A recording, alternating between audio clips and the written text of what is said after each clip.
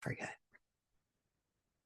I am so excited for this and also nervous for some reason, I guess, just because it's our first time doing this and I want it to, be spectacular, but it'll be great. And I don't know why I feel nervous. I'm not the one who's in the hot seat, as it were. But anyway, thank you all for being here. I'm going to be watching people coming in and admitting them. So if I get distracted, I'm so sorry. This is our first time doing this. So I'm going to quickly tell you about the podcast collective for those who don't know. The Feminist Podcast Collective is a group of podcast hosts. Our shared value set is around caring deeply about equity and social justice. Not all of our shows talk to those issues specifically, but we're all very interested in creating a more equitable and just world. And that's sort of what unites us. And for this first time of trying this pitch fest, I was like, oh, it's right before Juneteenth. So let's walk the talk here and elevate the voices of Black women. So I'm so excited to get to do that and have all of these amazing Black women who are going to show up today and tell us about the goodness you bring to the world and the ways that perhaps you can, make our shows more rich. If you're interested in the podcast collective and you host a podcast, we're always looking for new members as well. So check it out and feel free to join us. These are the kinds of things we do inside the collective. But there's a lot more than just pitch fest. This today is going to work where I've given everyone time slots, so 15-minute time slots. So I'm going to just go through the people as I have them here for those time slots and sort of put the spotlight on you. And I'm going to ask you 4 questions, which I sent in advance, but I'm going to repeat them here.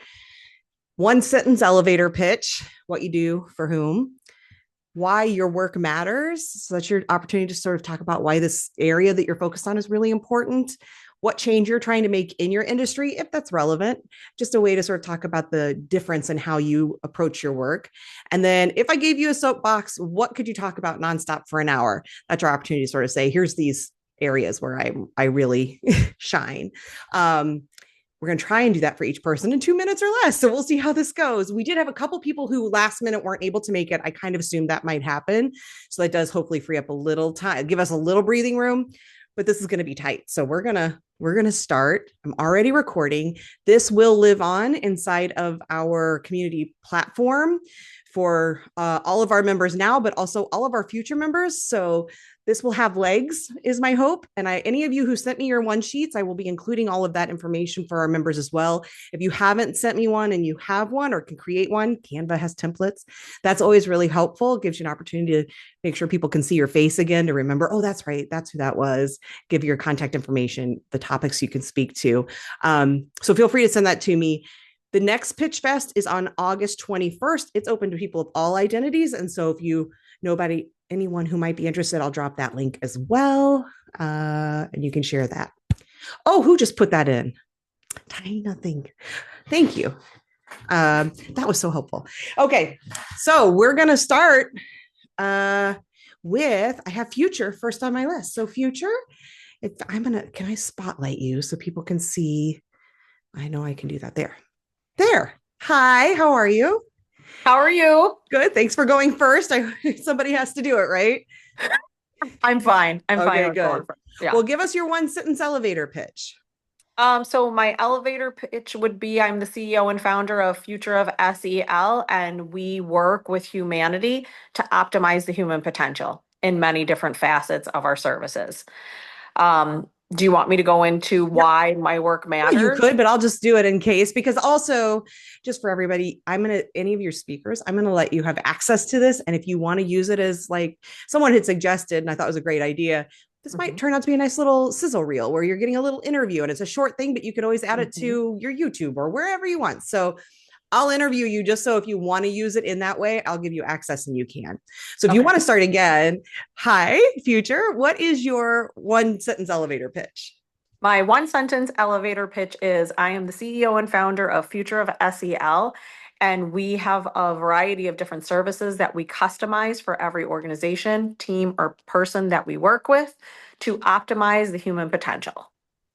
Awesome. And why does your work matter? My work matters because the data that we keep seeing. Humanity as a whole is not doing as well as it can with a variety of different impacts, and many of them happen to be mental health illnesses and diagnosis. and also a ton of burnout and a stress epidemic as well as the loneliness epidemic. So my work functions on giving people the tools and strategies to put people first in their personal and professional life. And we need humanity to be well, to show up well for others. Cheers to that. So, what is the difference you're trying to make in your industry? Difference I'm trying to make is to have leaders, to have moms and employees know that if they are running on empty, it is going to be hard for them to show up in their best levels in their personal and professional life. So I'm trying to make the impact for people to truly sit with themselves, to recognize where can I pour more into me while I'm here serving others. Fantastic. And if I were to give you a soapbox and 1 hour, what could you talk about with no problem? No problem. I could talk about a lot of different topics. Leadership, because I've served in leadership for 25 plus years. I could talk endlessly about emotional intelligence or social emotional intelligence, mental health and well being, parenthood or momhood, and just how we can center a lot of love in a time of chaos because our calmness is what is most needed right now. Awesome. Thank you for being here today. You included your one sheet, so I will put that in for everyone for them to find, but also please drop your contact information into the chat for anybody who's interested in reaching out. Thank you. Okay. Thanks so much, Becky, for holding this. Yes. All right. Okay. And then next up is, I said Taina, and I'm sorry, but that's because my co-host is Taina, but hers is T-A-I. Yours is T-I-A. So I think it's Tiana, if I remember right, maybe. Diana, like Diana with a T. Tiana. I was so close. Okay. Sorry about that. So Tiana, thank you for being here. Can you give us your one sentence elevator pitch? Absolutely. I'm a body liberation facilitator, and I help people reconnect with their bodies, destigmatize fatness, and better understand that the negative relationship that we have with our bodies is coming from systems of oppression, not from inside the house. Ooh, yeah. And why does that work matter in the world? Oh God, it matters in the world because we have been taught to live in our heads and not in our bodies. And our bodies are sites of wisdom. Like your body was here before you even knew you were here. And your body has been with you the entire journey. It will continue to be here while you're not. And so we need to be in a better relationship with the vessel that actually is our home, because that helps us be better in touch with ourselves, with other people, and the environment and the world. Beautiful. And what is the change that you're trying to bring to your industry? Mm. Oh God, I just want there to be more accessibility, a wider, more inclusive conversation. I want the voices that are centered to be the voices of people who are underrepresented and often ignored. Um, and I want to make sure that like we're making more space, not less. Love it. And if I handed you a soapbox and said you've got an hour, what could you talk about with no problem? Ooh, mm. So toss it at me. We can talk about it. But ultimately, like I want to talk about the body as home, the body as love, the body of this as the site of like everything. Like how we, when we are like in touch with ourselves, when we're embodied, how everything else gets easier, everything else gets bigger, and our ability for connection and compassion and empathy grows. Beautiful. Thank you, Tiana.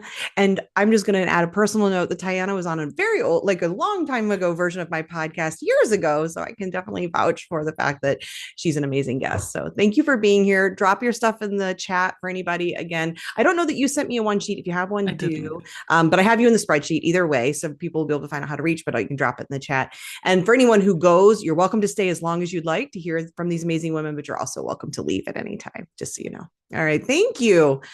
And for any of the people here who are podcast hosts who aren't members of Podcast Collective, again, would love for you to check us out and perhaps join us. But if not, if you reach out to me, because this will live on inside the portal for our members, but I'm happy to share the recording with non-members if you just reach out. You're here, so maybe you won't need it, but if you want that refresher or anything, let me know. And I can also share all the one sheets with you. Ola, hi, you're here. I'm going to pull you up. Spotlight, there you are. Hi again, another guest I've had on my show, so I'm very excited to see you here. So Ola, give us your, first of all, share your name because I don't want to get the whole name wrong, and then tell us your one sentence elevator pitch. Hi, my name is Ola Akimowo. I am an artist, a library worker, and a cultural worker from Brooklyn, New York City. I'm also the creator and director of a social art project called the Free Black Women's Library. And my work, I work at the intersection of like Black feminism, collective care, mutual aid, community work, and so on. And tell us why the work you're doing in the world matters. Well, the Free Black Women's Library has over 5,000 books in the space, all written by Black women or Black non-binary folks. We also have a free store, a period pantry, a backyard garden, a reading club. We also give away emergency contraceptives, and we have free public programs. We have writing workshops, we have art classes, we have book talks, we have film screenings, we have double dutch workshops, spades. We recently had a kink or workshop on kink and consent, astrology. We talk about reproductive justice. We talk about motherhood. We talk about anxiety and depression. So I feel like my work is important because it offers a space for really important, significant discourse. It offers a space where people can connect to literature in a very special way. I think that it offers a counter narrative around the possibilities of what can come out of Black women's creativity and intellectual labor. So yeah, I think it's pretty significant. It's pretty beautiful. I've been doing it for 10 years. We're celebrating our 10-year anniversary in August. So yeah. I love it. And what's Mhm. the change you're trying to make in your industry? I know you kind of straddle several industries, but what are the changes you're trying to make? Yeah, that was a really prickly question for me because I'm not sure what industry I'm a part of. But in terms of the change I'm trying to make, like I mentioned earlier, I'm trying to make sure to provide a counter narrative around Black women's creative and intellectual labor. But I'm also hoping to provide access to marginalized folks, to different types of folks. The library is open to all ages, races, and genders. You don't need to spend a penny to be in this space and engage with any of the books or come to any of the programs. So I'm hoping to provide a space where people can access moments of creativity, get in touch with their own humanity, find information that they might need to survive, find resources. There's a good amount of the population that uses the library that are dealing with poverty, dealing with being unhoused. So the library offers them a respite from just the struggle of day to day, living in New York City, especially in a gentrified neighborhood. So I'm not sure how to answer the industry question, but I do also want to work against like the book banning that's happening in throughout the country right now. So I've been giving away a lot of banned books like Song of Solomon and the 1619 Project and Audre Lorde, Bell Hooks, and so on. So I guess in terms of the industry that I'm in, which is like publishing, librarianship, and social services. I'm trying to decolonize all those different spaces and make them more accessible to folks who need them. I'm so excited about the work you're doing in the world. And the last thing then is if I gave you a soapbox, what could you talk about nonstop for an hour? I could talk about Black feminism. I could talk about books, book bans, Afro surrealism, Afrofuturism, Bell Hooks, Audre Lorde, June Jordan. I could talk about reproductive justice, motherhood, gentrification, the lack of safety for Black women and Black femmes, misogynoir. I could talk about the beauty and transformative power of collective care. I could talk about illiteracy. And yeah, I could talk about a lot of things. I could talk about films. I could talk about films a lot, especially films like old school films, coming of age stories featuring Black girls. I love it. Thank you so much, Ola. And if you can drop your information in the chat, and then I know you didn't provide a one sheet, which is totally fine. Your information is in our spreadsheet. If you have a one sheet, you can send it on to me. Otherwise, the information will be there for people. Thank you so much. Thank you. Is it possible to get a one sheet template just because I'm not sure exactly what it's supposed Sure. to I mean, do you use Canva? Because Canva has them. All you have to do is type in there like speaker one sheet. It'll give you endless designs. But also, Okay. I can give everyone access to everyone else here. And so you can see the ones that have been here and also use those as a model. Thank A little you. creative stealing is always a good thing. Mildred, are you in the room? I'm trying to I am indeed. Where are you? Oh, there you are. Good. Okay. There's so many people now in the room, which is awesome. I couldn't find you. All right. Hi, Mildred. Can you introduce yourself and give us your one sentence elevator pitch? Sure. Hello, hello. So I specialize in helping female leaders and women in business to find their message, use their voice, and increase their influence, income, and impact through being visible on LinkedIn. That's excellent. So tell us why your work matters. So, the what matters, as we've heard so far from all these amazing women in the room, and I'm sure we'll hear later on, there's so many of us ladies who have all these experience, expertise, skills, stories, all of these things to share. But a lot of us women spend our time hiding, literally hiding our life, whether we're hiding at work, whether we're hiding in our businesses.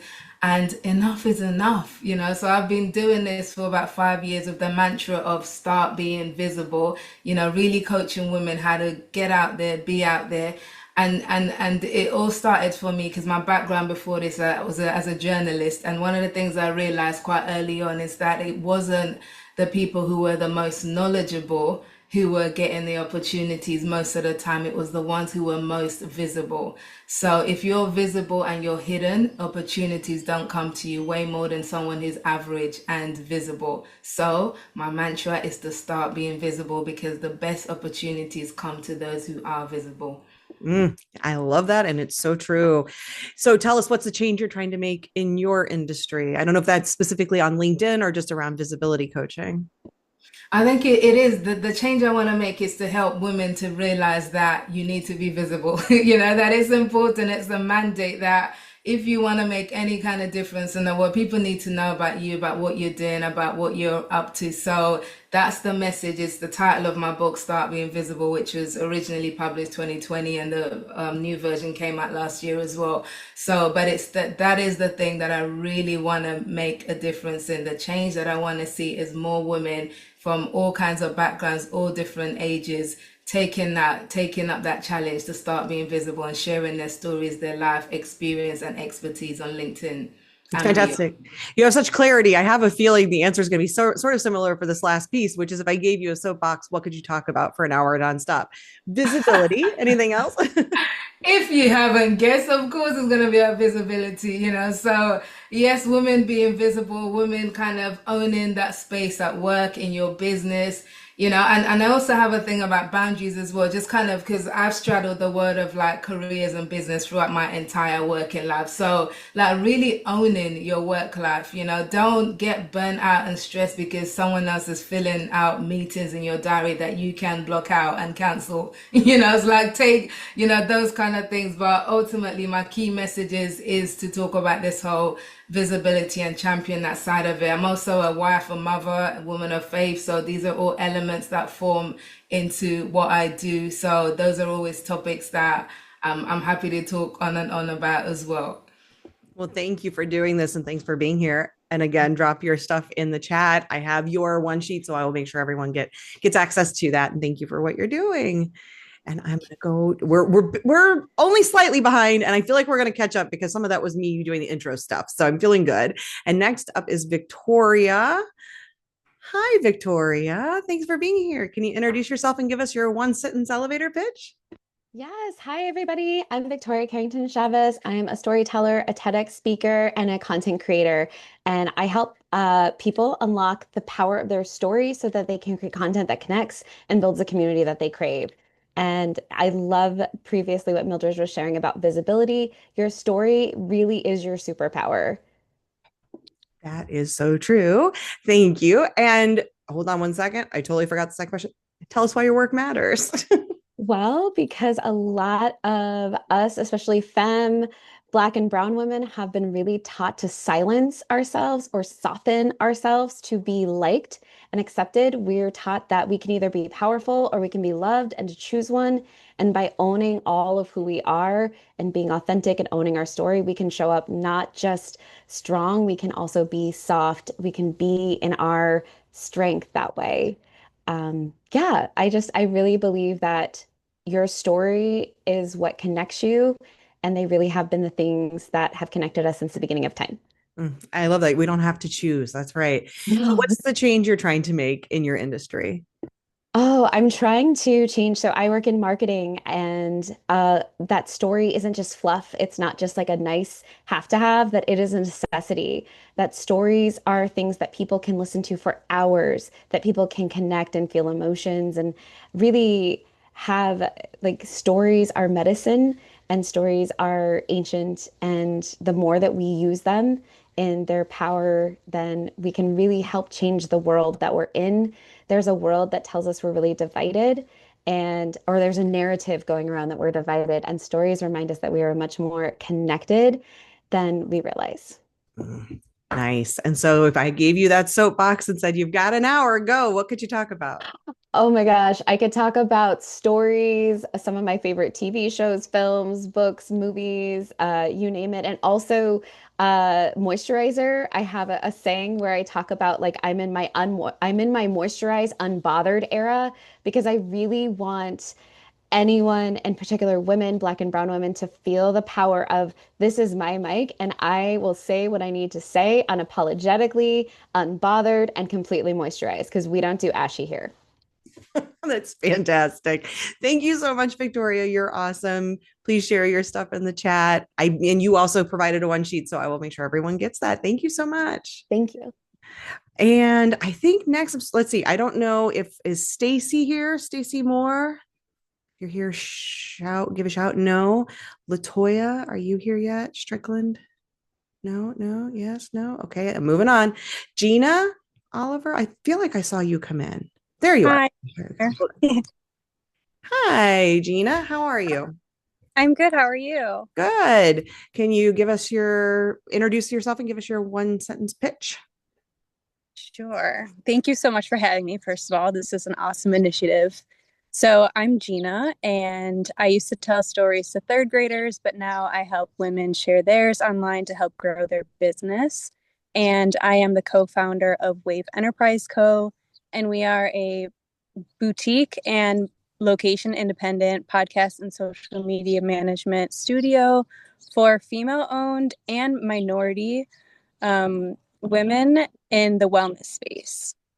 Nice. Tell us why your work matters.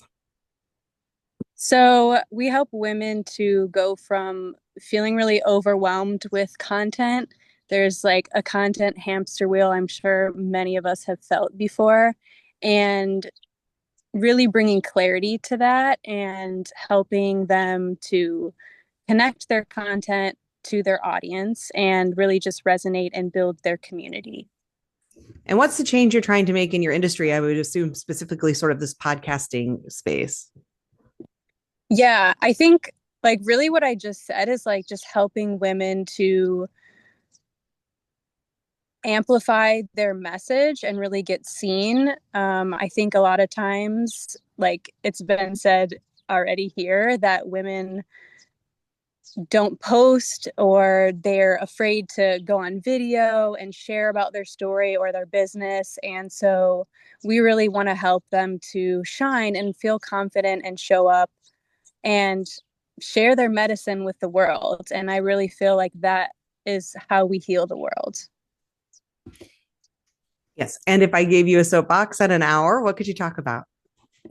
I can talk about how podcasting is an incredible medium to really just share your stories and your message and amplify your voice, and as well scale your impact. And I can talk about simplifying social media. I talk about that a lot, using content repurposing strategies and just pulling little bites of your story out of your everyday life. Like it doesn't have to be your whole life story, but little bites of your story and using that for content and connecting with your audience in that way.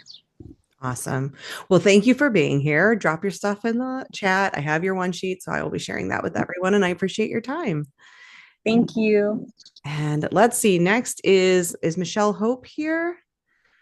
If you're here, speak. I sure am. There yes, you are. I am. Are Hello, you hello. Are you able to come on camera? I believe so. I sure am. Hello, There you hello, are. hello. Okay, hold on. How Let me you doing? spotlight. There you are now. Okay, hi. Oh, hi. Hi, Michelle. If you don't mind introducing yourself and tell us your one sentence elevator pitch.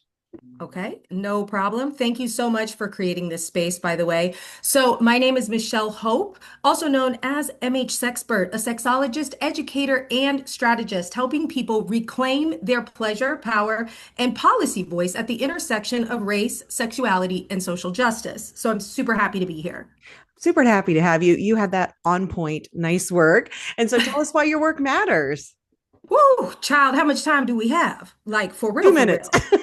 Right? Okay, because from the womb to the tomb, sexuality is a part of your everyday life, whether you realize it or not. And I mean, right now, it's being weaponized by systems rooted in fear, control, and supremacy, just to keep it real. I use humor, evidence, and lived experience to challenge the status quo.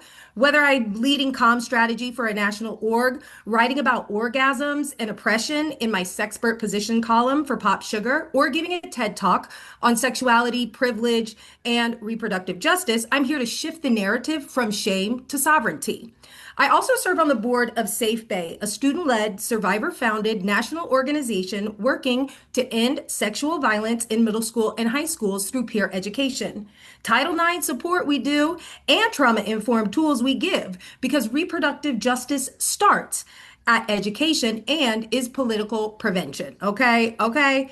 Thank you for that. That's a whole word, and I love it. Baby, come We on. have some impressive people here today, and you're one of them. It's amazing. And so then tell us, what's the change you're trying to make in your industry in the world? Yeah. So guess what? I am here to transform how we build, communicate, and sustain social impact.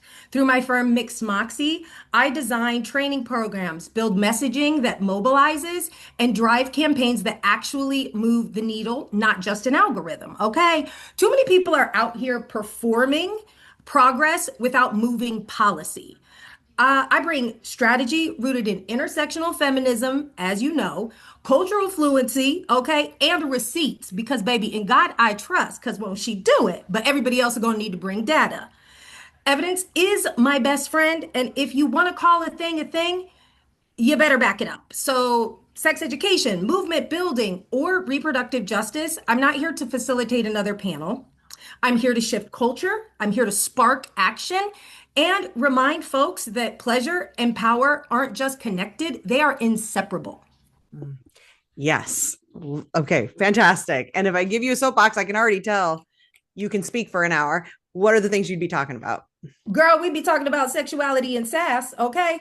Also, we'd be talking about reproductive justice, as it's the ultimate barometer of democracy, I believe, about why the clitoris, doesn't get reparations, and how sexual agency is systematically stripped from Black and brown folks, queer folks, marginalized folks through policy, shame, and silence. I could break down why abstinence only education is a public health crisis, why sexual pleasure is a political act that I love doing, and how to talk to your kids about sex, and how to talk to your elected officials with clarity and conviction. So give me a mic and I'll entertain your audience, okay? Okay, I'm ready to go. I believe that fully. You have shown that you would do that. So thank you so much for being here, Michelle. You're amazing. Please share your stuff in the chat. Everyone get her on your show, and I will make sure. I don't know if I have your one sheet. If I don't, please send it to me, but I'll make sure it gets up. Great, thanks. Okay, Bye. thank you. Is Balu? I don't know if I'm saying it right. Balu? Balu? Yeah. Hi, I'm here. There you are. All right, I'm bringing you up. Hi, how are Amazing. you? Can you Good, introduce good. yourself to us and give us your one sentence elevator pitch? Absolutely. Hi there. My name is Balu Bals. I am a maternal wellness coach and community builder, and I'm very passionate about supporting women who are navigating early motherhood, from planning through to postpartum. And I do this through lifestyle-based care and connection that really centers wellness, not just survival. And tell us why that work matters in the world. Yeah, this work matters, and we have the data on it. 80% of maternal health complications are actually preventable. A third of women report being unsupported by their healthcare providers during pregnancy, and Black women report even higher rates of being dismissed or ignored. So I believe in coaching and I believe in community, and I think together they can be a lifeline for women who are navigating these really transformative stages in their lives and who really need the support now more than ever. Yeah, so important. And so then what is the change you're trying to make in your industry? Yeah, I'm trying to shift maternal care from this reactive thing that women have to confront after the fact, or after they're pregnant, or even during pregnancy, or even later at the postpartum stage. So shifting maternal care from being reactive to proactive, right? So this is by creating spaces through one-to-one coaching or even peer coaching, as well as community, where women can navigate early motherhood feeling held, feeling heard, and feeling like they have the resource that they need across the entire journey. Oh, that's so nice. And if I gave you a soapbox on an hour, what could you talk to us about? Yeah, this one might be a bit controversial, but I would like to challenge the notion that we need a village. As someone who's actually lived in an actual village, I think it's overused and it's actually an unhelpful goal, especially in the modern world we live in today. We live further apart, we work, we're stretched thin, lifestyles are different now than what they were for our great grandmothers. So, what we actually need are the values of a village. We need clean water, we need a balanced diet. We need rest. We need nourishment. We need connection. We need shared responsibility so that we don't feel like we're pulling the weight all on our own just because we've taken the decision to become a mother. Because the way that women navigate early motherhood not only impacts her and her baby, but it actually reverberates throughout generations. So we need to build an infrastructure for maternal wellness. And I really believe that that's how we'll be able to start solving the maternal health crisis in America for once and for good. I love that framing of the not needing a village because you're right. It sounds controversial, but when you talk about it, it's amazing. Well, thank you so much for being here, Baloo, and for make sure you drop your stuff in the chat. We'll share all of her information, and I really appreciate your time. Thank All you. right, nice. Okay, so Goddess, I know you're here. Where are you? Speak. So there you are. I'm here. Hi, Hello. it's so hard. Hi. We know each other, so like I know some folks better than others. I know Goddess pretty well. I'm so excited you're here. So Goddess Erica, tell us who you are and what you do in your one sentence elevator pitch. Yes, I'm Goddess Erica, and I am a pleasure activist and the founder and chief pleasure officer of the Divine Ones, which is a branding agency with a mission of revolutionizing the way that we approach personal empowerment. And we do this by leveraging pleasure as a tool for guiding self-belief and transformative decision making in unexpected ways. I love pleasure, and we all need more of it. So tell us why your work matters. I believe that this work is important because self-doubt is one of the most effective tools of oppression. By teaching people to trust their inner compass, we are facilitating healing that extends into entire communities. Excellent. And what's the change you're trying to make in your industry? I want to change the way that we engage with the arena of activism from something that simply responds to systemic trauma and harm to one that actively subverts it through self-knowledge and informed community support. Beautiful. And if I handed you a soapbox and said, you've got an hour, what are you going to be talking to us about? Ooh, okay. Well, I want to show my shirt first. I would talk nonstop about power exchange. One of the reasons that I created Orgasmic Birth Training, which is one of the programs that I offer, is because I recognized a parallel between BDSM practices and that actually ensure safety and mitigate harm, and birth practices that can actually do the same.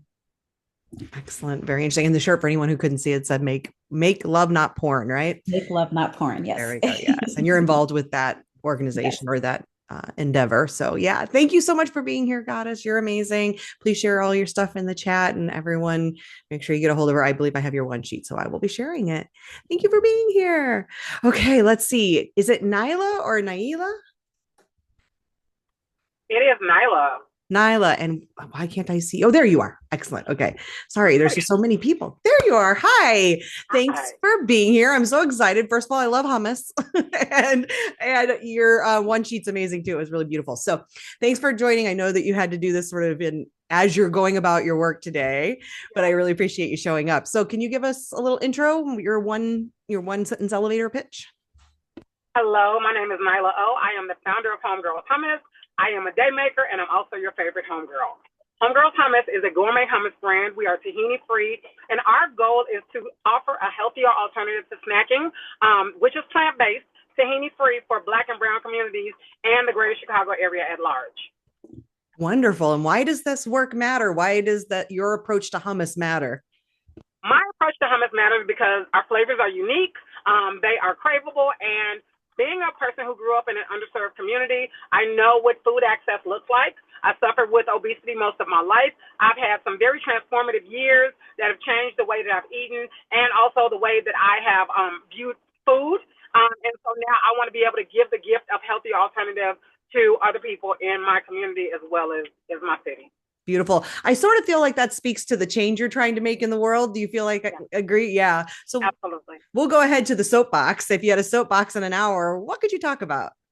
Goodness, if I had a soapbox in an hour, what I'm going to give you is foolishness, fun. We're going to talk about exemplary customer service, and we are just going to talk about delicious plant-based eating and alternatives to the traditional American diet.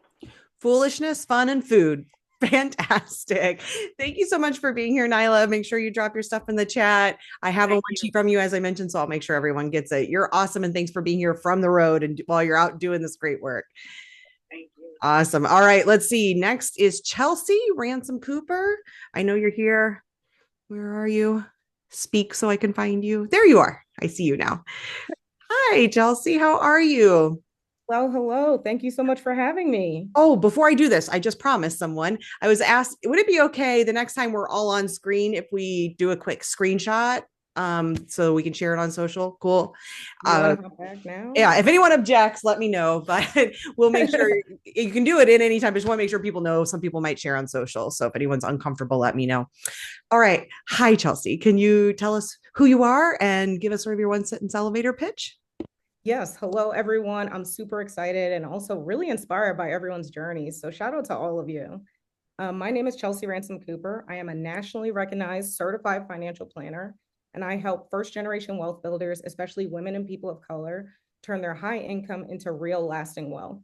I'm also the co-founder of Zenith Wealth Partners, a SEC-registered firm on a mission to generate $1 billion in wealth for women and people of color. That is no small number. I love it. So tell us why this work matters. Yeah, so for too long, financial planning has really been reserved for a very specific subset of society. You need to have $1 million or you need to have inheritance. But many women and people of color are earning more than ever, and they don't necessarily have a place to go where they can get high quality, relatable advice that isn't going to make them feel bad about where they're starting off. So really, that's exactly what I aim to do as being a certified financial planner, to lead with empathy and understanding to people who are early in their wealth journey career and way before they turn 60 years old. We really hope to focus on building that real security so that we can change what the complexion of wealth looks like in this country. That sounds to me like the change you're trying to make in your industry, but let me know if there's anything else there that you didn't already cover. Well, I do want to change this because I think it's two sides, right? So thinking about who gets access to some of the best financial advice, but also trying to grow and mentor some diverse financial advisors too. Traditionally, when we look at who got access to it, I always think about my mom. She's always my why. My mom did not, she was a single mom, didn't come from a lot, but she really taught me everything that I knew about finances and my career. She never had access to a financial advisor. And the first time she invested, she actually got hit in the 2008 market volatility and the crisis. My complete college savings was gone. She didn't have anyone to talk to, and that advisor actually didn't want to talk to her anymore because she pulled out. So I realized that a lot of my life could have been different if she would have had access to a good advisor that didn't really shun her or make her feel bad about where she was coming from. And that's really what inspired me to become the financial advisor that I am today. And I'm really fortunate to say that now my mom is one of our clients. And I bet mom is very proud. If I gave you a soapbox in an hour, what could you talk about? I mean, I've said it a lot, but I would say definitely talking about the complexion and gender of wealth in this country, how we can really lean on providing high quality, relatable advice, but more than anything, how we can turn our high income from our careers, from investing in the stock market, but also business ownership too, and how we can utilize these as a tool and a vehicle to really create long-standing wealth. Because at the end of the day, we know that when it comes to building wealth, it's by being focused, targeted, and having a concentrated approach. But more than anything, we need to diversify to make sure that we're protecting our wealth. So I could talk all day about that. Sorry, totally messed up and removed your spotlight. Awesome. Thank you for being here, Chelsea. I love the work you're doing. Share your stuff in the chat. I really appreciate your time. I prematurely removed the spotlight. Here we are. If anyone wants to take a screenshot of the incredible, amazing people in this room, feel free. If you're not on camera and want to be for a lovely screenshot, you want to smile or something, I'm just giving everyone a moment for anybody who wants to screenshot and or take a photo, just to say, like, look at all this incredible, like, intelligence and energy and beauty inside of this incredible room. Like, I'm blown away. So that was my talking while everyone has time to do it. I guess I should. So I will, since I probably ought to be doing that. Hi, there we go. Okay. I took one too. All right. Next up, and I know we're running a little behind. I feel like we're slowly starting to catch up a little time, I hope. But Abriana or Abriana? Yes. Abriana. There you are. Okay, excellent. Hold on. Can you hear me? Yes, there you are. Hi, thank you for being here. Can you introduce yourself and give us your one sentence elevator pitch? Absolutely. My name is Abriana Johnson, and I am a horsewoman first, but a brand and culture immediately after that. Oh, hold on. Repeat yourself a little, because I don't know if everyone else did, but I lost your sound. Okay, can you hear me now? Yeah. Okay, so I was saying I'm a horsewoman, and immediately after that, I'm a brand and culture consultant. I work with individuals and organizations to increase their capacity for creativity to solve complex problems. Excellent. And why does this work matter in the world? I believe this work matters in the world because creativity is one of those soft skills that people feel like they have or they do not have it. A lot of times it's equated with art, and that's not necessarily true. I believe that creativity is a skill that should be trained for, just like getting an MBA or learning how to be empathetic and working with a team. So yeah, that's what I mean. Excellent. And what's the change you're trying to make in your industry? I believe the change that I am trying to make is creating spaces within work, the future of work, to where we are not relying on what we know and what our expertise is, but actually looking at the things around us because the world is ever changing, being able to take the information that we are receiving and using that to solve the challenges that we are dealing with in our workspaces. Awesome. You can still hear me, right? Yeah. Okay. And if I gave you a soapbox and an hour, what would you want to tell us about? If I had an hour soapbox, I would really talk about the concept of biomimicry, which is looking at patterns in nature and using them to solve complex problems. A lot of times we think we are going into uncharted waters and we're having to do something that has never been done before, and we know that there is not necessarily true. Nature has patterns that can help us solve and address a lot of the challenges that we are facing today. And so instead of thinking that we're going into something new, it is a return to nature, a return to patterns and processes and identities that have already existed. So how do we return to that instead of trying to come up with something brand? Awesome. Thank you so much for being here. Taina, you're speaking her language because it sounds like you've read Emergent Strategy by Adrienne Marie Brown, perhaps, because okay. And she loves it. So anyway, thank you. Put your stuff in the chat. I really appreciate your time. And next up is, I don't know how to say it, and I don't want to mess it up, but IFE, is it if Ifa? Ife. Oh, so close started. Okay. Hi, Ife. Thank you for being here. Can you introduce yourself and give your one sentence elevator pitch? Yes, hello. My name is Ife Olatunji, and I am actually a visual anthropologist and an ethnographic, documentary, and narrative filmmaker, specializing in stories from marginalized and people of color. I'm also a film critic, writer, screenwriter, and producer. So anything with films. Wow, a little bit of everything. And I know we have some folks in the house, especially Stephanie, if you're listening, because she does everything around art and film. So tell us why your work matters. My work matters because I believe it's important for, like I said, multicultural, diverse, marginalized communities to have an opportunity to share their stories and for society as a whole to gain a better perspective of history, culture, economics, and politics. Film has a power to impact people and change our circumstances. Yes, it does. And what's the change you'd like to see in your industry?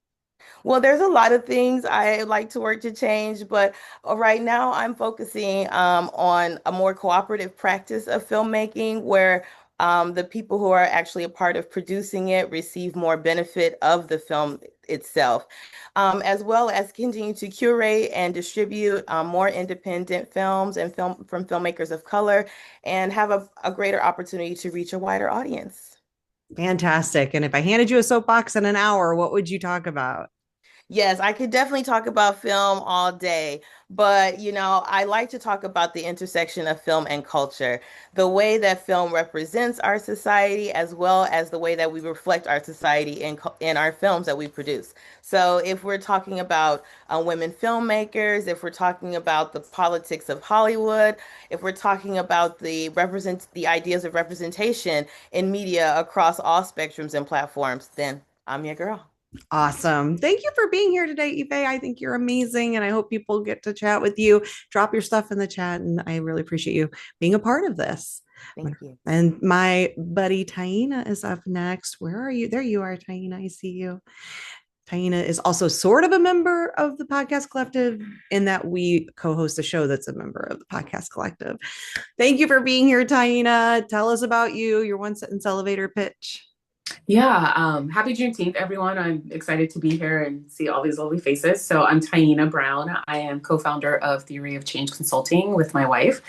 And she does data stuff as the consulting. I'm not a data person, obviously, but I personally am a personal and professional development coach, trained in strategic innovation and somatic CBT methods to help leaders and their teams do good work. And tell us why that work matters.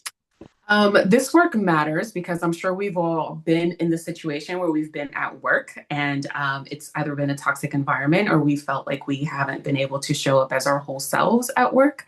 And we are our whole selves, no matter where we go, whether we're at home or at work with our family, our loved ones, or coworkers. And so being able to coach people to have an embodied experience at work is really important to me. And what is the change you're trying to make in that industry or your industry? The change I'm trying to make is humanizing professional development. A lot of times professional development is seen as technical skills.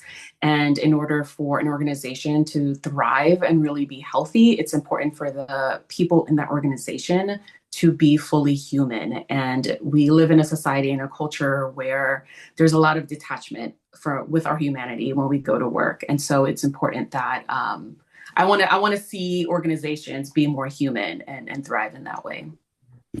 Yes, and not human in the way that they get to vote or something, but that they treat humans like humans. Fantastic. And if I give you a soapbox in an hour, what are you going to talk about? I could talk about emergent strategy forever. I co-host Messy Liberation with Becky, and I think that the book Emergent Strategy comes up at least once a month in our episodes. And so I read it every year. I'm a big fan of Adrienne Maree Brown's work and how deeply it's rooted in Black feminisms. And so I am constantly just pointing to that book. It's a framework for how I approach my work, for how I work with my clients, and how I approach my own personal life. You could also talk about Harry Potter fanfic. I could. I'm deep in Harry Potter fanfic right now. So. Yeah. Well, thank you for being here, Taina. You know I love you, and I hope everyone gets a chance to have her brilliance on your shows and drop your stuff in the chat. Thank you. Thank you all. All right. And next up is Dr. Danielle. Hello, I see you. Hi. Thank you for patiently waiting. I know you've been here the whole time and you're later to chat, but I love that you came to listen to everyone else as well. So tell us who you are and give us your one sentence elevator pitch. Yes, I'm Dr. Danielle Griffin, TEDx speaker and holistic wellness coach, and I help busy professionals reduce stress, relieve pain, and heal trauma using somatic exercise and hypnotherapy. And why does this work matter in the world? Over the past several years, especially since COVID, we've been in this sort of hustle culture. You know, all this rhetoric about being the boss, being strong, especially for Black women, the Black girl magic, Black women are superheroes, and all things, all these things can be true and are true, but it has caused us to suppress our emotions, to ignore pain, to keep pushing forward and disregard our physical symptoms and signs that we're struggling, we're hurting, there's underlying chronic conditions that are occurring that we're ignoring because of emotional trauma or just other things going on, wanting to be the top performer at work. And so I specifically work with busy professionals to help them get out of that cycle, to start listening to their body so that they can be more focused, more present at work as well as in their relationships because it translates to their home and they can start using awareness, alignment, and action to heal the body. Beautiful. I feel like that may get at what what change do you want to see in your industry? But if there's anything else that you didn't cover, go ahead and tell me. Yeah. Well, I mean, there's a couple industries, in the professional realm in terms of how we approach work-life balance, allowing professionals to decompress, relieve stress in the workplace as well as at home, understanding that taking those few moments, whether it's 90 seconds, 3 minutes, 10 minutes, whatever a person needs to really heal, as well as in the healthcare industry, turning our standards from a reactive to a proactive, allowing people to self-manage their health and well-being so that we're no longer waiting till we can't move. We're in the hospital, we feel like we're having heart attacks when it's really anxiety, and we can manage it on a day-to-day and take care of ourselves. Excellent. And if I give you a soapbox and an hour, what can you talk about? In general, helping professionals manage their care, whether it be reducing stress and anxiety, using breath work, meditation, and movement to heal the body, recovering from grief. That's a significant thing, especially as we're progressing in our professional lives. We have parents, family members that are aging, we become caretakers, and that responsibility can weigh down on us mentally and physically. And that recovery time, especially after a person passes, is needed. And we don't, especially in the US culture, we don't get the time that we need to heal inside and out, as well as just physical, pain management after injuries and recovery, taking the time you need, especially if it was a traumatic event, a car accident, things of that nature that has caused the injury. Yeah. Excellent. Thank you for being here. I really appreciate it, Dr. Danielle. And drop your stuff in the chat. I'll share everything with everyone after. I appreciate you. Thank you. As we come back to the main screen, I just want to acknowledge that I have woefully underestimated time. What a shocker. And we have 7 people left in 5 minutes. That obviously doesn't add up, but I want to make sure everyone gets their time. I have time to be here.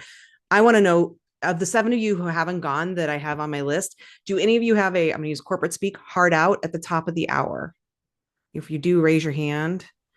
Or, okay, Garland, I'll have you, and Kennedy. Okay, I'm going to go to you two next. So Garland, where are you? I'm going to go to you next. There you are. I see you.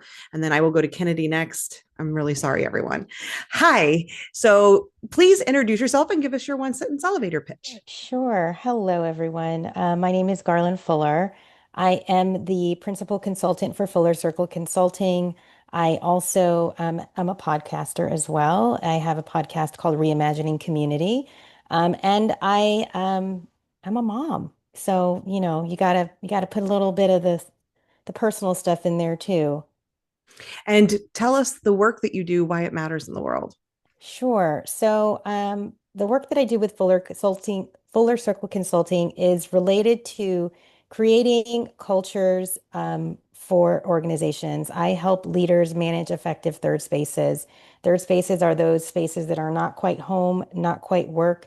And so that's everything from actual, museums, gardens, membership organizations, as well as actual physical spaces. I spent 20 years in human resources, 10 of those in commercial real estate. The industry that I'm, I'd say passionate about is how do we take physical spaces and transform them into places where actually people want to be there, where you actually can have real community, deeper engagement, and you actually have an ethos that is aligned with your strategy.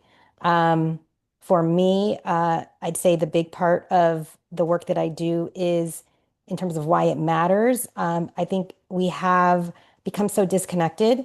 Um, I love online, I love social, I love Zoom. However, if you're not leveraging those in a way that makes it so that people actually feel like they are a part of it, people just show up, they go in, they go out, and you really don't get very much engagement. So a big part of what I do is, helping organizations, whether that's from an employee standpoint or a client engagement standpoint, how do you create experiences using my people, place, program platform to make things more exciting, more dynamic, more actually profitable. So that's kind of Awesome. my nutshell. Topics I Fantastic. could go off Yeah. on. Third space revolution, why it's important to design cultures that people belong to, affinity spaces and membership groups, and why it's important for us to gather, artistic and creative third spaces, why we can infuse that into pretty much anything in order to infuse curiosity. And I love talking about data. So I'm kind of one of the few brains that likes talking about the people, but also likes the data in order to make it like numerically valuable for those people and places where they need that as well. Awesome. Thank you so much. No, thank you, Kennedy. I'm sorry. Thank you, Garland. Kennedy's up next. Thank you, Garland. Thank you for being here. Drop your stuff in the chat. I really appreciate you being here. Sorry about the timing. No problem. And Kennedy, I want to make sure we have 2 minutes, which is how much time it should take. It's just been taking a little longer. Hi, Kennedy. How are you? Can you introduce yourself and give your one sentence elevator pitch? Yes, thanks for having me. I'm Kennedy Roberts. I'm the founder of Car Creative. We're a content and social media creative agency that helps values-driven consumer packaged goods brands really grow loyal communities through emotionally intelligent storytelling and strategic branding. Fantastic. And tell us why that work matters in the world. Yeah, well, at Car, we believe that people don't just buy products, they buy into communities, connection, and trust. And in such an overwhelming digital landscape and landscape of products, brands really have an opportunity to lead with intention and community and be a brand that both matters to people and connects with people. So we connect people to brands that matter and make their lives better. And also, hopefully, in doing that, we're connecting them to other people who really share their values. Awesome. And what's a change you want to see in your industry or that you're trying to make? Yeah, I think kind of twofold. The first is to dismantle this idea that branding has to be like really loud and manipulative, and then that creative has to be hustle driven. Since starting my agency, or I started it because I'm really passionate about creating a model of creative work that allows people to thrive and like leads with a human first strategy, both in how we talk about the brands that we work with, but also how we talk to each other and how we like build our culture so that it's a culture that people really get to thrive in and integrates both their work and their life and their creativity. Fantastic. And if I gave you a soapbox in an hour, what could you talk about? I think really that. I think how to build a business that like doesn't just look good on the outside, but really feels good to own and to work in. I could talk about like the emotional realities of being an entrepreneur for a long time. And also just like, yeah, how to build work-life balance that integrates ambition, but also allows space for my team and myself to be real people and for the brands that we work with to show that they're made by real people too. Awesome. Thank you for being here, Kennedy. Thanks for sharing. I appreciate you. I know you have to go, so thank you. All right, I was wrong. We only have 4 people left that I had on my list, although there's a couple others that we may pull up. So we're getting close, but also I understand we're at the top of the hour if you need to go, but I'm going to be here and I'm going to record this all and all of it will be available in the replay. And so anyone, if you feel like, oh no, I got on late, I promise people are going to be watching this replay. In fact, that's probably where a lot of people of our podcasters will. So Danielle Scruggs, I have you up next on my list. Hi, Danielle. Can you introduce yourself and Hi. tell us your Yes. one sentence elevator pitch? Yes. Well, hi. My name is Danielle Scruggs. I am the founder of Black Women Directors, which is a digital archive and platform dedicated to uplifting the work of Black women and non-binary filmmakers by indexing their work, hosting screenings, and facilitating hiring opportunities. And I'm also a writer, an aspiring film programmer, and photo editor. And I've worked at places like the Wall Street Journal, the Washington Post, and Getty Images. Fantastic. Well, tell us why your work matters in the world. Oh, yes. Well, what I'm trying to change, or like why I think this work matters, is because Black women in film and other visual storytelling mediums are often underrepresented, undercited, and underfunded. A recent USC Annenberg Initiative report revealed that only 5% of the top films released in 2024 were directed by women of color. And so if you break that down into how many of those are Black women filmmakers, I'm sure that percentage is even more minuscule. So I want to change that by making Black women's creative work accessible and easily searchable in one educational hub, and also encourage people to hire Black women and center our unique perspectives on the world around us. Beautiful. I feel like that sort of speaks to the change you want to see in the world. So if I gave you a soapbox and an hour, what could you talk about? Yeah, so I would say there's like 3 major things that I could talk about for an hour, probably even longer, but definitely Black women in film and visual culture, especially how we can preserve and uplift their legacies. Creative strategy and visual storytelling, especially for people interested in a photojournalism career, or how to blend art and journalism and media, and the importance of diversity within those fields. And then also archiving as care, and how I'm thinking about preservation, collective memory, and legacy through my work with Black women directors, and also as an archiving fellow with Archiving the Black Web. Awesome. Thank you so much, Danielle, for being here and for sharing. I see Ife liked what you two have a lot in common, Stephanie, as well. Yeah, so yeah. There's a great overlap here. If you could share in the chat your information, or if I can get a hold of you. Thank you. And thanks for your patience. I have Crystal, Kyla, and Sable left. If there's anyone else that's here who didn't get to go that was supposed to, let me know if I've missed anyone. But I'm going to Crystal. Where are you? I see you. Hi, Dr. Crystal Rawls. Hi, Dr. Crystal. Thanks for being here. Tell us who you are and what work you do in the world. Well, first, I'm honored and impressed. I'm listening and I'm like, oh, this is the world. Okay, I've been missing some things. So, I am Dr. Crystal Rawls, and I am the designer and director of the Workforce Integration Network. It does spell WIN. It's intentional, right? I work at California State University, Dominguez Hills, but I'm also the founder of my own consulting business, which is LaKendra Group, where I build change-ready systems that integrate emerging technologies, labor data, and community co-design to help institutions, mostly nonprofits.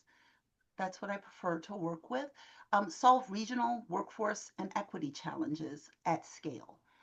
So that's my one sentence. I love it. And tell me why this work matters in the world. Because I firmly believe if you're going to talk about it, you should be about it. And our public systems talk a lot about access, equity, innovation, but they don't have the right infrastructure. And that means the goals stall. And I've seen what happens when you center community in the design process and pair that with strategic tools, digital tools, credentialing platforms, that kind of place where innovative technology meets purpose. I've seen what can happen, and these are real workforce data that I'm using, right? Labor market information, It wasn't classroom exercises. These are students who come into my programs, organizations who work with me, who find benefit in cultural wealth. So really being able to bring them all together to translate reaction into action. Fantastic. And before I go to the soapbox, was there anything else you wanted to add about what change you want to create in your industry? Absolutely. Yeah. I want to shift institutions from compliance culture to transformation culture, right? That means replacing the performative. I heard somebody talk about that earlier, and I was like, yes, all the things. Replacing that performative planning and meetings and integrated systems um, for outcomes, not optics. Through my work with Lekindracy, which literally is a blending of the two words legacy and kindred, because we all want to build that generational wealth. We all want to grow, and we can do that together as a community. So I help universities, workforce boards, community partners build dashboards, tools, co-design programs, and that's the change, right? Co-design together, uplifting. Fantastic. And if I handed you a soapbox and you had an hour, what could you talk about? I would talk about how to build institutions that are both tech enabled and community accountable. I would deep dive in on what it means to design infrastructure that can adapt. It can adapt to AI, to workforce shifts, to public scrutiny. Especially would deep dive into the traps of the pilot purgatory, right? Where we constantly are piloting something because we actually can never get it to scale because we haven't planned well with the communities that we are acting upon instead of with. So the failure of scaled promises, how to get serious and treat students, residents, regional partners as co-creators, and I name the tension between innovation and inertia because that's real. That's what stops our progress in all of our agencies and organizations. Excellent. Thank you so much, Dr. Crystal Rawls. You're awesome. I appreciate you being here. Make sure you share your information and everyone reach out and connect. I'm going to go to Kyla next. I saw you. There you are. Hold on. Hi. Hi, Kyla. Can you introduce yourself and tell us your one sentence elevator pitch? Of course. Hi, everyone. I am Kyla Brown. I am your go-to style coach who helps brilliant women create brilliant closets, which ultimately leads to brilliant lives. Fantastic. Tell us why that work matters. I think that we are living in a world where the female experience is people are making attempts at diminishing it at every turn. And a lot of folks think that when it comes to style, style is very frivolous and it's not that important. But the truth of the matter is, style is how we communicate with the world. And it's also how we express ourselves to the world. So the key is for women to really understand what their identity is and what they're trying to be in this world through their style. Of course, we can do that with our work, but oftentimes we get so focused on thinking that we must do and be and more and more and more that we forget that there are so many controllables, and style is one of those controllables that allow us to really get clear about who we're being and what it is we're going to do in this world. Fantastic. And what change are you trying to make in your industry? I think that the key change that needs to be made is less externalization of our power and more identity-based styling. You should not be styled based off of what is trending, what is appropriate according to the people around you. You should not be styling yourself also based off of whatever is most convenient or comfortable to you. A lot of women get scared to step out in style because they think that they'll lose their relatability. And honestly, we're getting into a time where people aren't looking for leaders that are relatable. They're looking to be inspired. And that's where connection is built. Excellent. And if I handed you a soapbox on an hour, what would you talk about? I would talk about the fact that you are never too smart to care about your style. Smart women invest in skills, and style is a learnable skill. All right. So your image and your intelligence do not need to be pit up against each other. They should be working in harmony to help you be the great woman that you are. Beautiful. Thank you so much. And you have a beautiful smile. Thank you for being here. I appreciate you. And drop all your stuff in the chat. Will do. Okay, our last person I had registered is Sable. I see you. You have this gorgeous hair that makes you hard to miss. I love it. And those glasses. Thank you for being here. Can you tell us a little about who you are and the work you do in the world?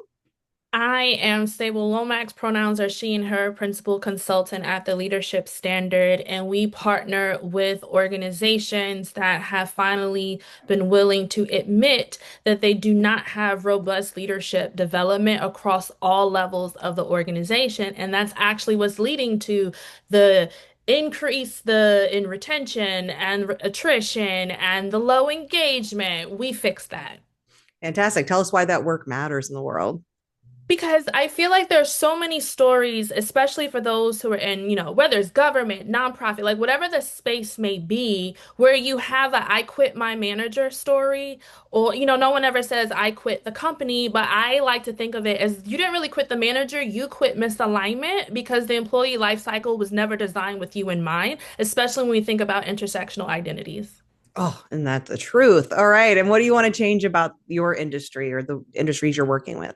For the love of God, Yahweh, Jehovah, and all of the saints, I need for folks to finally come to recognize that one, let's stop calling them soft skills. You can call them human skills, power skills, whatever it needs to be, but they should not be rated and indexed less as those technical skills, especially when we're thinking about who is being promoted, that's influencing one's experience in the workplace, but also just across leadership in general.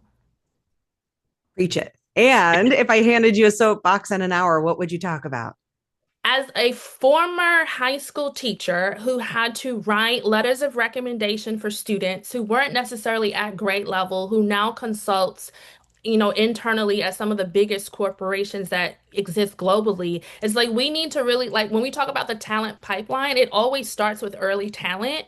But we don't ever consider this starts at pre-K, this starts at discrimination with the zip code. Like the pipeline starts at birth. It starts at conception, if you will. So if we're looking for let's increase impact, let's increase blah, blah, blah, then let's actually look at the entirety of the pipeline. Fantastic. Thank you so much for being here and for sharing. You're amazing. Everyone connect, drop your stuff in the chat. I appreciate it. Now that is through everyone that I had down. However, there's some people in the room. Again, I'm recording this. People will be able to watch on replay. Feel free to exit as you need to. No pressure to stay because we've gone long. I get it. But I also want to give an opportunity to those who are here who maybe didn't get to sign up, but because I know Angela said she would like to, and if there's anyone else. So Angela, I don't see you on camera. Are you able to come on camera and tell us about you? So I'm kind of in the park. That's okay. It won't let me highlight you though unless you're on camera. It's okay if you're in the park. So here, now I can spotlight you. Everyone know Angela's in the park. That's okay. We love that you're out there enjoying nature when you can. But can you tell everybody about yourself, what you do, and one sentence elevator pitch? Sure, I can. So my name is Angela. I like to say I'm a Jill of all trades. I provide strategic diplomatic support to an ambassador. That's in my day job. And in my night job, I'm also a podcaster, and I'm developing a business called Bespoke Signature Events, helping people to develop events that are specific to them. Fantastic. Tell us why that work matters in the world.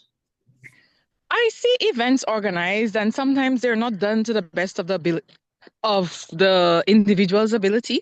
And also, it's not a one size fits all.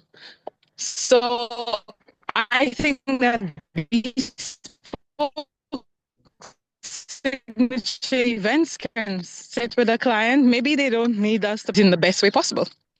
Yeah, you broke up just a little bit there. And I'm so sorry. But maybe you can go on to talk a little bit about, the change you want to see in your industry, and maybe that'll help cover some of that. Yeah, what I would like to see change in events is events being catered to specifically to the individual.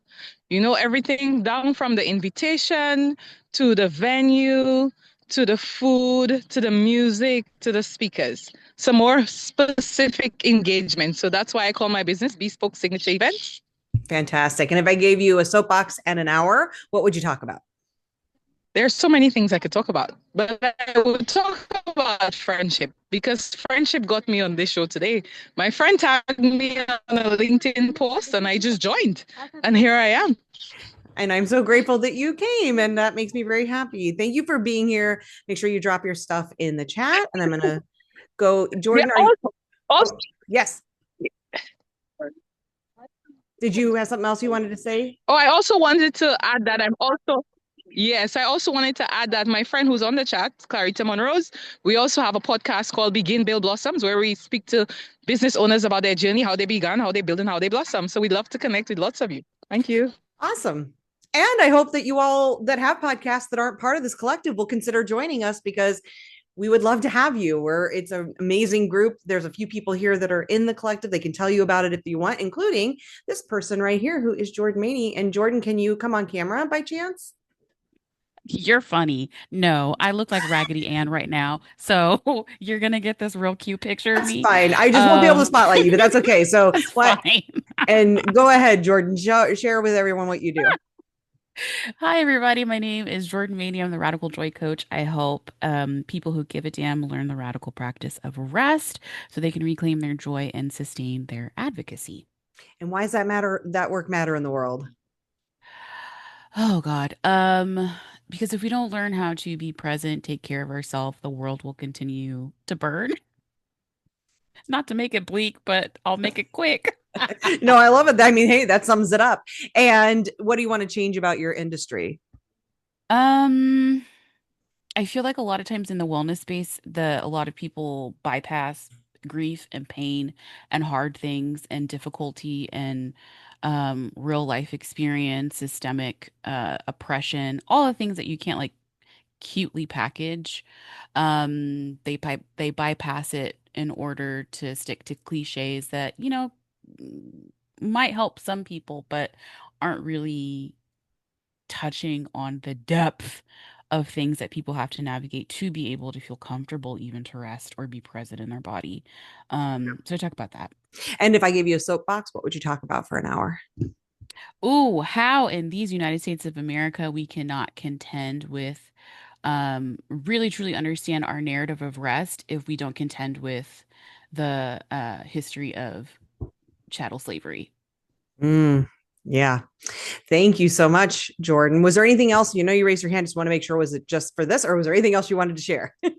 Just that. I hope Okay. y'all are having a good day and happy Juneteenth, everybody. Yes, yes. And put your info in the chat. I've seen you in there, so I'm sure you've been busy.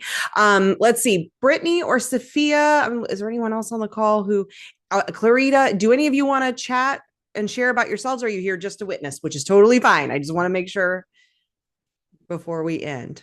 I got the invite from the Women of Color podcast group, and it popped up. Sasha, yay! Thank you. That was so nice. Yes, I'm so glad she did. Sent it over my way, so I was just like, I got time. Let me pop in and see the lovely ladies.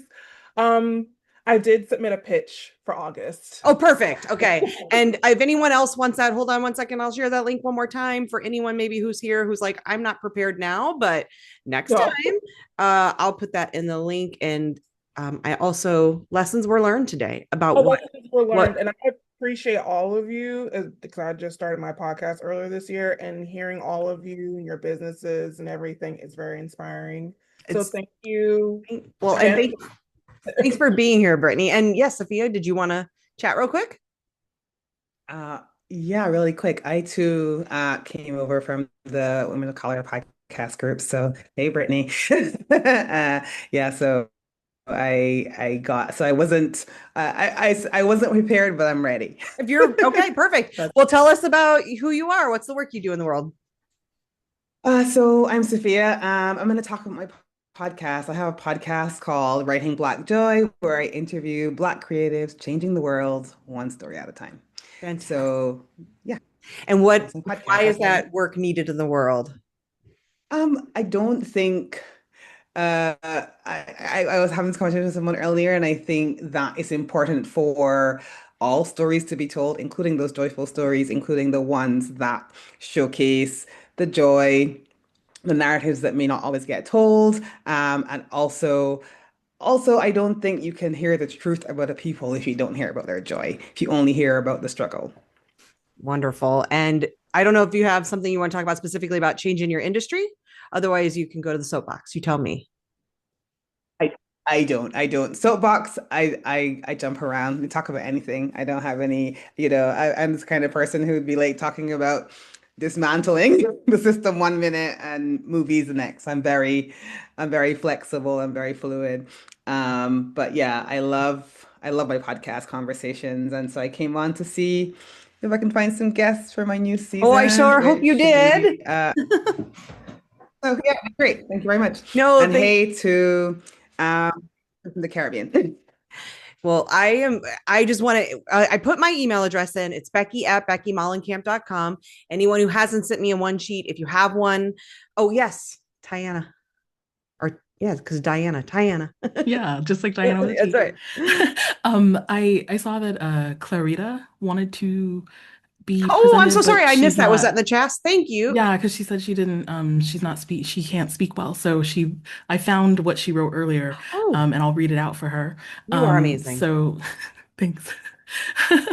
So You she are. says, "Hi, I'm Clarita, originally from St. Lucia and currently based in New York. Her co-host, Angela St. Denis, and her love to learn from fellow entrepreneurs on their podcast, Begin, Build, Blossom, your business journey. We absolutely love speaking with fellow entrepreneurs and hope to inspire others on their own journeys. I'm also an accountant who loves working with business owners who have been in business for 3 years or less. So many of us as business owners work alone at home. So we hope to create a community and resource to help others progress. And if she's given a soapbox, she'll talk about anything small business nonstop." Awesome. Thank you for doing that. You're amazing. I did not see that in the chat, so I so appreciate it. And speaking of all of our Caribbean friends that are here, Faith Clark, who's my co-host for Feminist Founders, wanted to be here, but couldn't because she's in Jamaica right now visiting her family. But her one sheet will also be included with the others for anyone who's interested in learning more about her. She's awesome and can speak to so much around business and inclusivity, creating inclusive business spaces. Okay. Thank you all for being here. Again, Becky@BeckyMollenkamp.com. If you didn't send me a one sheet and you'd like to, if you're here and you weren't on the, you didn't RSVP, drop your email in if you want me to send you the spreadsheet of all the amazing people who are here today. If you're one of those people who spoke but wasn't like scheduled to speak, I can give you the information really quick where you can submit your stuff so that you can be included on that spreadsheet. So let me do that super quick. So sorry. Hold on. Here we go. Copy the link. So if you, Sophia, Clarita, whoever else, Angela, there's the form, fill that out. Most of you have already done that. That's how you were here. But if you, those three at least, fill out that form and that way you'll be on the spreadsheet. And if you want to receive the spreadsheet, put your email address in. I will share that with everyone, not just the people who had Hope Podcast, but also everyone else, because it seems like there was some great networking happening too. And I'm excited for you all to connect outside of here. Hopefully a lot of LinkedIn connections happened or wherever else. I'm so sorry we went long. Lessons were learned today about what this looks like in the future. So thank you all for being here and doing this with me imperfectly. I so appreciate you.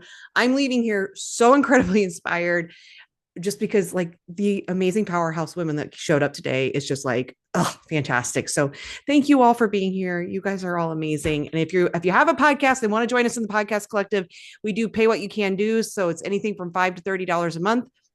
We never want money to be a barrier. If money isn't the only thing that keeps you from joining, if even that $5 feels like too much right now, reach out to me, because we have people who come in who don't pay dues, and that's also okay. So let me know if you have a show and you'd like to be a part of this. Thank you all. And for everyone watching on replay, all the information on how to reach out to these amazing humans is inside of our portal too. So Thanks for hosting, Becky. yes, thank you all for being here.